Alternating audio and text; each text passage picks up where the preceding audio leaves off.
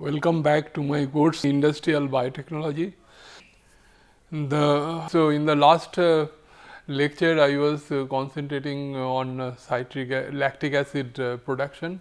So I talked already about the basic aspect of lactic acid. Now I will show you how industry that produces lactic acid. So if you look at the raw materials that is used most suitable for lactic acid production is the whey, because whey is the byproduct of the dairy industry. Because that when we produce this cottage cheese, that that whey comes out. That this contains very less amount of protein and fat, but the liquid mostly contains the lactose, and which is a very good raw materials for the lactic acid formation. The whey, why we use the whey for this fermentation process? The reason is that it is byproduct of the dairy industry, and second is that it is a very cheap raw materials. It contains 4.6% to about 7% of lactose, then 10 to 15% of sugar, because the cream is removed from the milk and casein is precipitated from from the use of hydrochloric acid, or and also we sometimes we use in the house we use the calcium lactate to precipitate out the protein. When the whey which is the product left after the separation of the cream and the casein from the milk contains albumin, approximately 4.56% of lactose, vitamin G, mineral salts, and the water. Because that this solid material mostly it contains the milk, protein and fat, and all the minerals and the vitamin G and lactose goes in the soluble forms.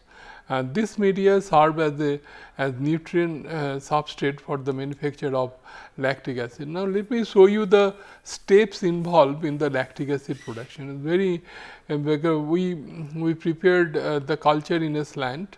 Then from the slant we inoculate in the media in the sec flux, where the liquid media, that this is the solid media, then this is the agar slant we grow the culture. Then in liquid media in the sec flux we grow this culture. After that it grow in a control fermenters, and we get the cell mass, and this cell mass we put it in the production fermenter, which produces lactic acid, but it pass through the different downstream processing like filtration, evaporation and the purification. So, so this is the so three steps involved, major steps. One is preparation of starter. Starter means the organism that we prepare for this production, and there is fermentation, that what is carried out in the production fermenter, and the lactic acid. So, if you look at the normal that fermentation industry, whatever we have, it is almost similar to that. In the normal fermentation industry also, I told you that every industry they have two reactors, bioreactors, one for the cell mass production, another for the product forward. So, cell mass production we call it inoculum vessel, and production fermenter we call it PF, the production fermenter. So, now let us see that what is the first step that we have in the preparation of a starter. A quarts of sterilized skim milk is inoculated with the culture Lactobacillus delbrueckii containing yeast that causes the fermentation to become more vigorous. After incubation for 24 hours, because that one thing here I want to point out, that doubling time of bacteria is much less as compared to yeast cells. If you add, it gives some kind of nutrient to the fermentation broth. It does not affect the growth of the organism to a great extent. I told you, you can remember in the citric acid fermentation process, we use the cane molasses as a raw material for the production of citric acid. And main culprit, contaminants that we have in the citric acid fermentation process is the yeast. Why? Because the cane molasses is the best raw material for the growth of yeast cells. And if you look at the doubling time of yeast cell is much less as compared to that of fungi. So, if little yeast enter into the system, that will not allow the fungi to grow. So, here we do not have any problem if you use because your bacteria, you look at the yeast, if your bacteria doubling time is much less, lactobacillus delbrueckii, and contains yeast causes the to become the vigorous.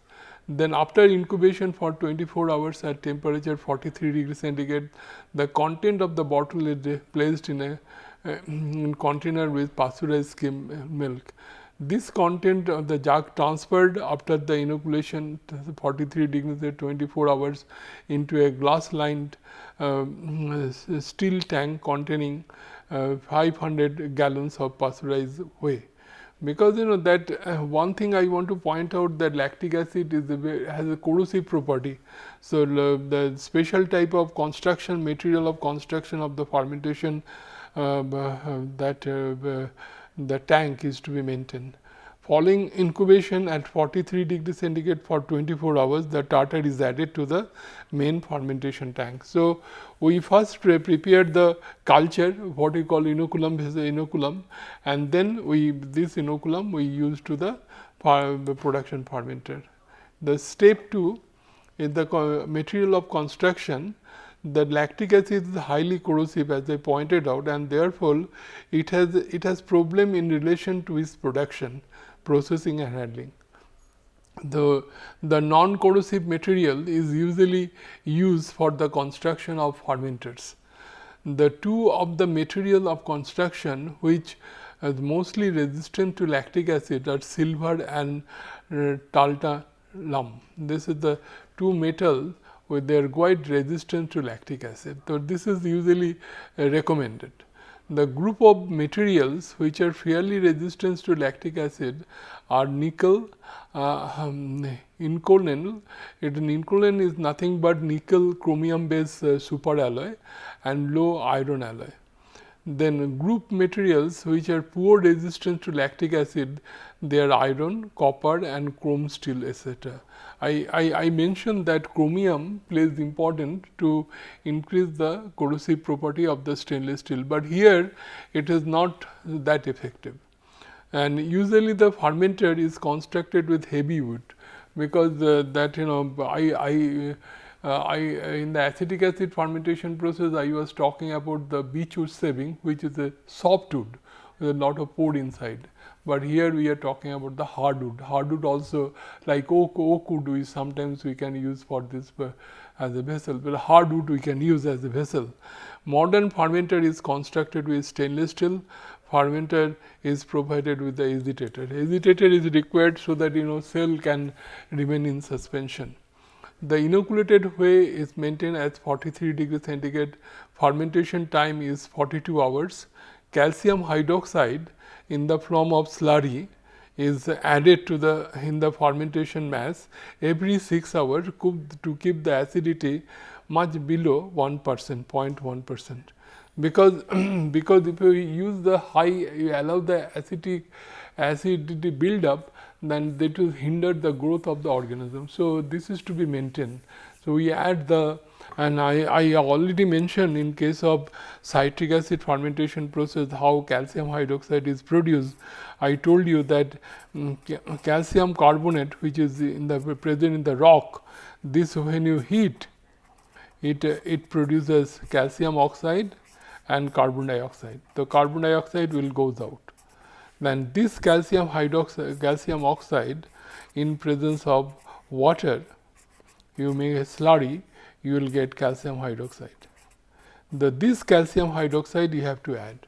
That you have to add, and when you add the calcium hydroxide, when in presence of lactic acid, it produces calcium lactate.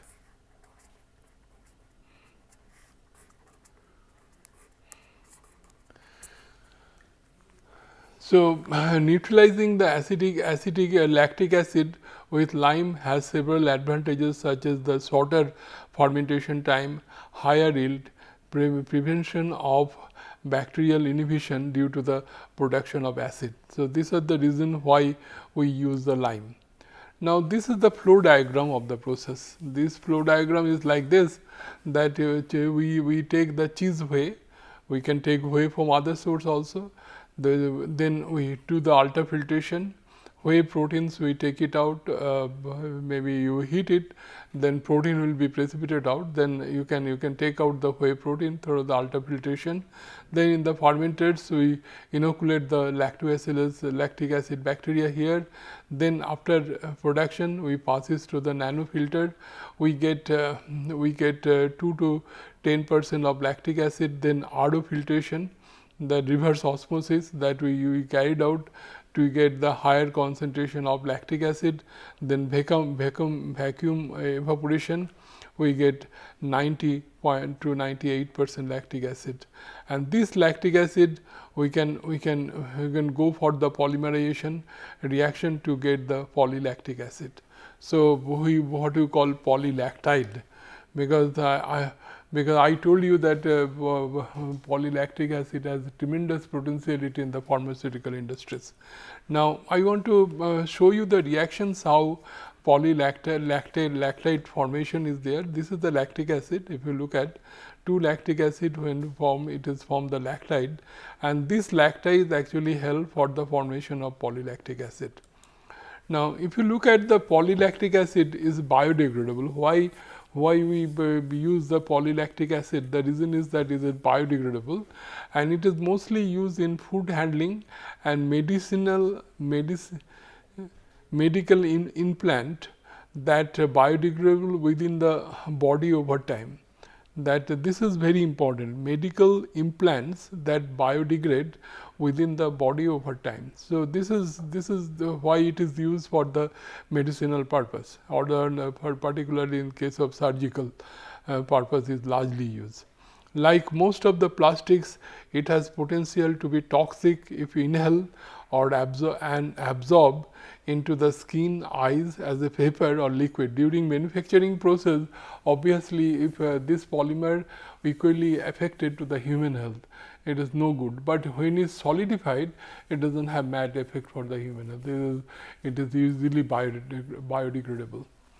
So, then the question comes how we recovered the lactic acid. Calcium hydroxide is added to the broth to lower the acidity below 0.1%, and then heated to 80 to 95 degrees centigrade with the help of coagulation of protein and filtered.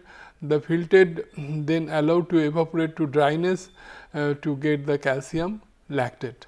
And so, initially our intention is to produce the calcium lactate, and this pure calcium lactate, it is dissolved in water and treated with the decoloring carbon and mix it thoroughly and stand for 15 minutes and filter, because it may give some kind of color to the product. That is why we use the activated carbon. Just to activated carbon, I mentioned before also, it has some kind of bleaching property. So, if you use the color can be removed, you have and then we prepared the lactic acid calcium lactate to treat it with H2SO4 to get the solution of lactic acid, and calcium sulphate get precipitated out. We can separate out in case of citric acid also, we hydrolyze the calcium citrate by H2SO4, we separate calcium sulphate in the form of gypsum filter.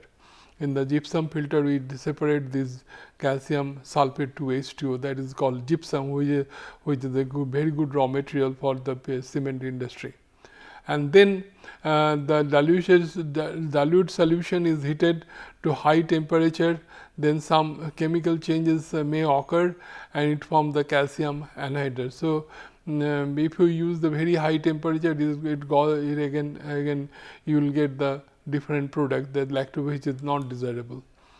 Now, let us see that how actually lactic acid is produced. This is the fermentation product. After that, you will get this, and you get the calcium lactate about 10% weight by volume, and when it goes to the reactor where you push the this H2SO4 and heat it for 30 degrees centigrade. Now, and then we in previous case I mentioned that we heat it to 80 to 90 degrees centigrade, and then we centrifuge it at high temperature. We get calcium sulfate, and then we evaporate it so that your concentration of lactic acid increases. We filter it, impurities will goes out, lactic acid equals 60% weight by this. This is available in the liquid form. This lactic acid, the reaction is like this: calcium lactate plus H2SO4 give lactic acid and calcium sulfate. Now, containers used in distribution. Now, question comes, since lactic acid has highly corrosive property, so the distribution in the container also is very important. The aqueous solution of lactic acid is sold and distributed in wooden or paraffin lined barrels of oak, cypress and pitch pine, or in lined car tanks. The higher grade acid are solid in glass line in cars or carboys. So, this is some glass line materials also can be used for that, for transferring this material. Then it will not affect the material of construction to a great extent. Otherwise, you have to do otherwise the material will be affected with the help of lactic acid. So, this is very important. Now, let me tell you that what are the different types of lactic acid usually available in the market, because this is also very important. The lactic acid can be available in the different forms. One is crude or technical grade lactic acid, which is 20 to 80%. This is largely used, this lactic acid strength is there. Edible, that is 50 to 80% that we have lactic acid. Plastic, we required 50 to 80% lactic acid. In the United States, pharmacopoeia, that is UPS medicinal grade, is 85%. So, different percentage of lactic acid that is used for different purpose that we have. Now, if you look at what are the different grades that we have that uses for different purposes. As for example, crude grade, this is colored, the varies differ from yellow to brown, and it is used in deliming hides.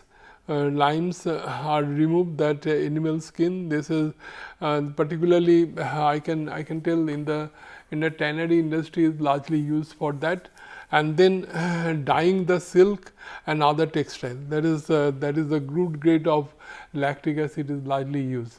Then edible, usually this is the yellow color, and that is used in the jam, jelly and brine fermentation, casein precipitation, and for fat extraction. So, that different purpose it is used for edible. When we use, I can give the example of calcium lactate. I was telling, the largely we use in the house for precipitating the milk, protein and fat, because we use for several purpose. Then we have other different grades. We have plastic grades. It is colorless and generally used for the manufacture of plastics, because I told you that lactic acid has huge market potentiality in the pharmaceutical industry, and this plastic grade has lot of use in this industry. And UPS is a pharmaceutical grade of the lactic acid and use in the pharmaceutical formulation purpose. So, this is all about the lactic acid fermentation process. Now, here I want to summarize like this, that lactic acid is produced by using two different type of bacteria. In the industry largely use, one is Lactobacillus delbrueckii, another Lactobacillus bulgaricus. The temperature is little bit high, usually 43 degree centigrade or higher temperature that is used for this fermentation process. And raw materials contains, we find that whey, which is the byproduct of the dairy industry. It is very fine, suitable for this fermentation process. And it has been observed that amino acid present in the yeast extract and malt extract, they find very suitable for the growth of the yeast cells, growth of the lactic acid bacteria. Then when you come to the fermentation process, that during the fermentation process, we maintain the acidity by using calcium hydroxide or calcium carbonate. And since we are adding the calcium hydroxide will react with lactic acid and form calcium lactate. And then after this required about 42 to 46 hours, and after fermented, your inoculum fermentation for the cell mass production is required 24 hours. And then after the production fermented, the material we treated with we concentrate that, we separate out the calcium lactate, and then we hydrolyze in presence of H2SO4. We get the lactic acid and calcium sulfate precipitated out with the help of filtration. Other cases also we do some kind of filtration process just to separate out lot of suspended material in the fermentation broth, including the bacterial suspension. So this is all about the lactic acid bacteria. Thank you very much.